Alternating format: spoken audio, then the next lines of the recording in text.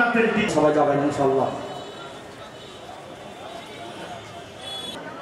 হাদিসে কুদসিতে আছে আউয়াল মা খালাকাল্লাহু, সর্বপ্রথম আমার বন্ধুর রূহকে সৃষ্টি করেছি আমি, সর্বপ্রথম আমার বন্ধুর বিভিন্ন আলেম ওলামারা কোথা থেকে পেল আমার জানা নেই।